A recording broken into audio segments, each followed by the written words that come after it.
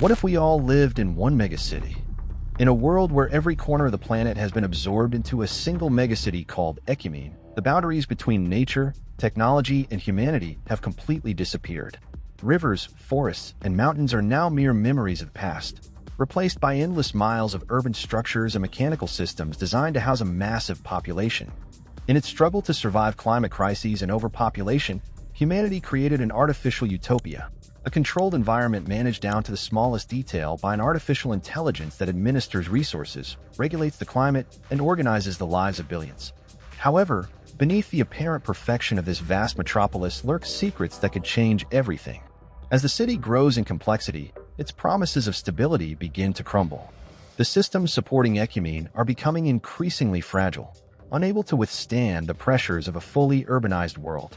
Meanwhile, social tensions, psychological alienation, and humanity's disconnection from nature become invisible wounds threatening to tear apart the delicate fabric of this technological utopia. But the most unsettling aspect is not merely the system's fragility, it is the secrets buried beneath layers of technology and progress, truths that could reveal that in its quest to conquer nature, humanity not only lost its connection to the planet but also to itself. What happens when the secrets of this vast metropolis begin to unravel? The year 2178, humanity abandoned rural life and small towns to build Ecumene, a single city that spans the entire globe. With towers scraping the clouds and subterranean levels stretching kilometers deep, every inch of the planet has been designed to accommodate the remaining 40 billion inhabitants. The concept of countries disappeared a century ago. Everything is now governed by a single technocratic council known as the Central Circle. Social strata are no longer defined by nations or wealth but by levels within the city. The upper level is home to the scientific, political, and technological elite who govern. The intermediate levels are designated for the working population, and in the forgotten underground depths lies Sublevel 7, a forbidden area that doesn't even appear on official maps. The governance of Ecumene is handled by the Central Circle, a council comprised of the brightest minds on the planet, which coordinates all aspects of the city through an advanced AI called the Eco-Harmonic Matrix. This AI ensures the perfect distribution of resources such as energy, water, and food, eliminating surface-level inequalities. To integrate fully into the system, every citizen receives a cerebral implant called a Nexus upon turning 21. This implant connects users' minds to the AI's data stream, optimizing their efficiency, productivity, and emotional stability. But in return, no one can keep secrets. Private thoughts are a thing of the past. Ecumene's society is structured into levels. The upper levels, with access to sunlight and privileged views, are reserved for the political and scientific elite, the architects of the system.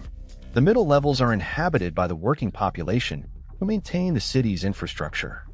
In the deep underground are the lower strata, where the infrastructure is more precarious and the air is more polluted. These inhabitants, known as the discarded, represent the hidden face of Ecumene's promise of equality. The promised balance has limits. The planet's total urbanization has completely erased natural ecosystems.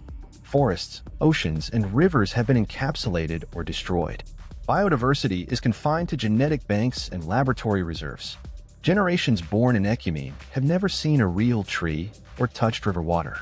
Nature is now a memory preserved only in virtual simulations, accessible to those who can afford it. Disconnection from nature has caused profound changes in human psychology. Without open landscapes or contact with the natural world, the population feels trapped in an artificial environment, no matter how functional.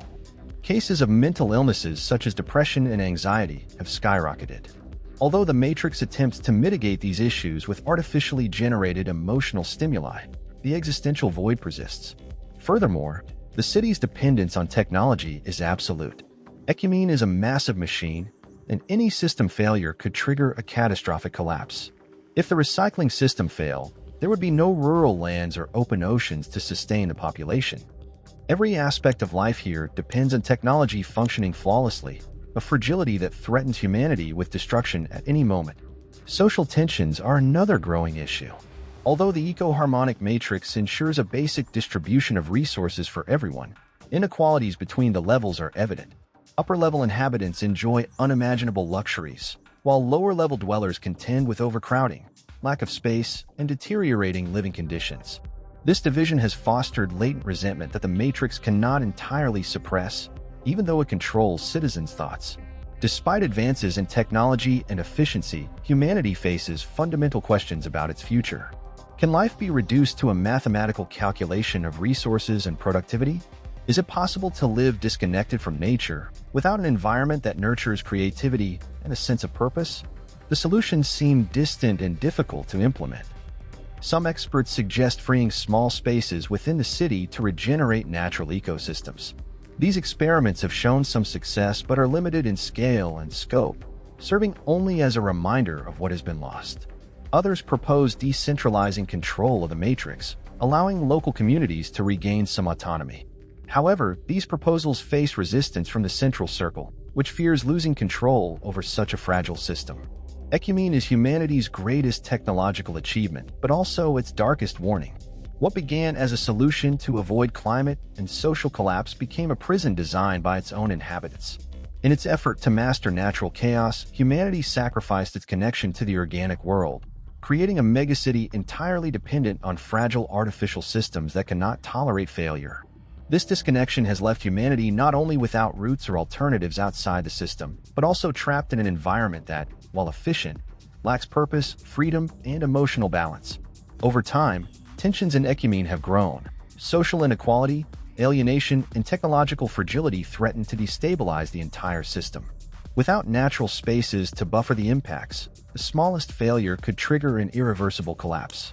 Now, the crucial question arises: can humanity find a new balance between innovation and its connection to the environment, or will Ecumene become the stage for its ultimate downfall?